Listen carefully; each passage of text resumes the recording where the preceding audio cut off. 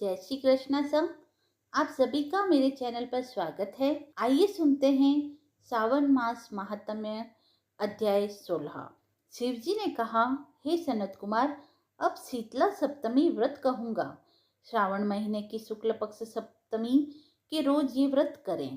पहले दीवार पर बावड़ी का चित्र बनाएं और उसमें अशरीरी संज्ञक दिव्य स्वरूपधारी गिनती के साथ जल देवता बनाएं। 2 लड़कों के सहित पुरुष त्रय संगीत रानी, एक घोड़ा, बैल, नरवाहन सहित पालकी बनाएं। 16 उपचारों द्वारा जल देवों की अर्चना कर ककड़ी, दही और भात का नैवेद्य समर्पण करें।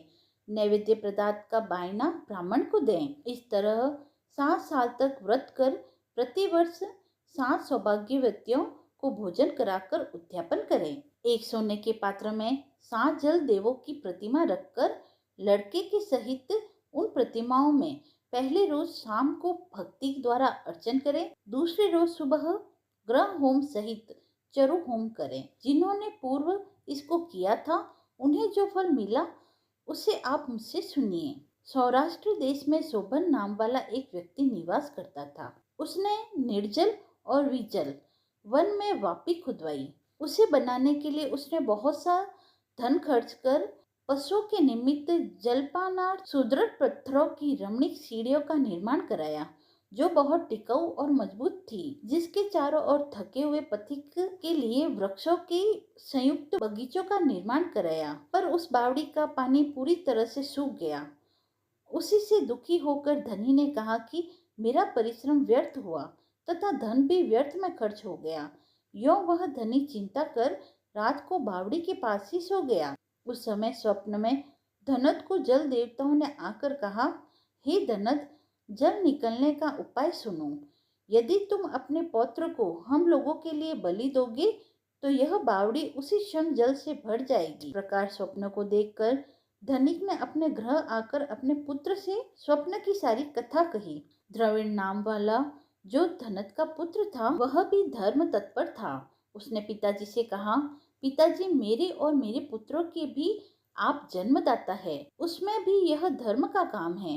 इसमें आपको क्या विचार करना, क्योंकि धर्म स्थायी तथा पुत्र आदि सब नाशवान है। अल्प मूल्य से बड़ी चीज का मिलना कठिन कहा गया है।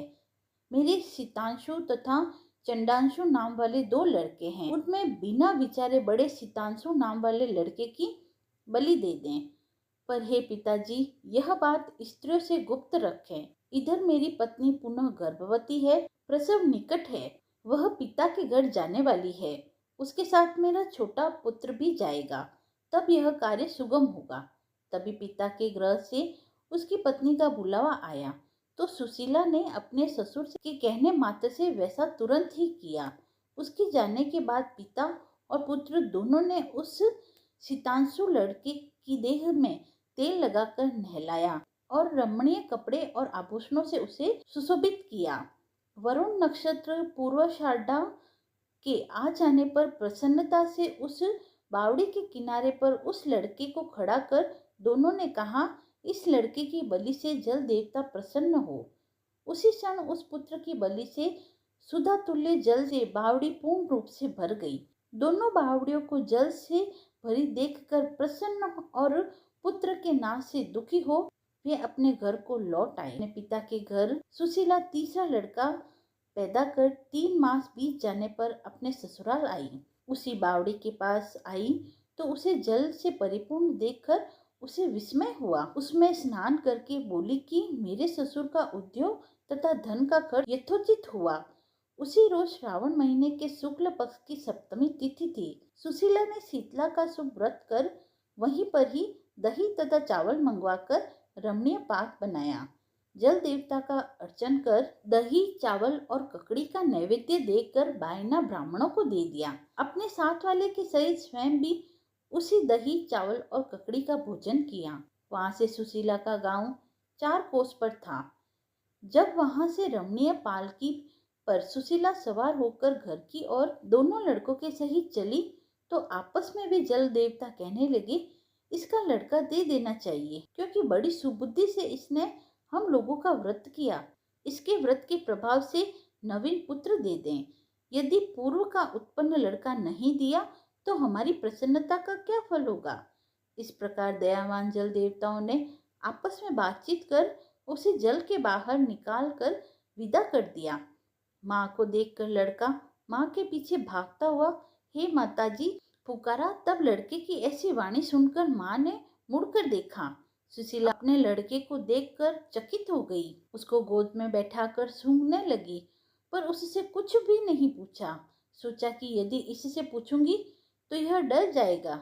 वह अपने चित्त से विचार करने लगी कि यदि इसे यहाँ से चोर ले जाते तो इसका अलंकरणों से विभूषित होना बड़ा कठिन था। यदि पिशाच पकड़ लाए होते तो वे कैसे छोड़ते, और घर के संबंधी गणों की चिंता समुद्र में गोते लगा रहे होंगे। ऐसे विचार युक्त हो सुशीला के अपने मकान का दरवाजा आ जाने पर उसके घर आने का समाचार सुनकर उसकी सास ने द्वार खोला। अब पिता पुत्र दोनों विचार मग्न हो कहने लगी कि सुशीला को क्या कहेंगे तथा उसके पूछने पर उससे हम लोग क्या कहेंगे। इसी बीच तीनों बालकों के सहित सुशीला ने प्रवेश किया तो उसके पति ने प्रसन्नता से भरकर पूछा, हे सुचि स्मते, तूने किस पुण्य या किस व्रत को किया था। हे भामिनी, तुम धन्य हो, तुम पुण्यवती हो। इस सितांशु को मरे आज 2 महीने बीत गए, परंतु तुमने फिर इसे कैसे प्राप्त कर लिया। जाते समय यहाँ से एक लड़के को लेके गई तथा आते वक्त 3 पुत्रों सहित आई हो। हे सुप्रे, वंश का उद्धार तुमने किया। हे सुभानने, मैं क्या तुम्हारी स्तुति करूं। यो पति ने प्रशंसा की और ससुर ने प्रेम से देखा। सास ने भी स्तुति की। प्रसन्न होकर उसने कहा, यह सब सुमार्ग पुण्य का फल है। हे वत्स, आपसे इस शीतला सप्तमी के व्रत को मैंने कहा। इसमें दही, चावल, ठंडा शीतल, ककड़ी फल, बावड़ी का जल तथा शीतला देवता कहे गए हैं। इसे करने वाले तापत्रय से मुक्त होते हैं और इस कारण सावन महीने के शुक्ल पक्ष की सप्तमी का नाम शीतला सप्तमी हुआ। अध्याय समाप्त हुआ। यदि आपको वीडियो पसंद आया हो तो आप मेरे चैनल को लाइक, शेयर एंड सब्सक्राइब करें। धन्यवाद।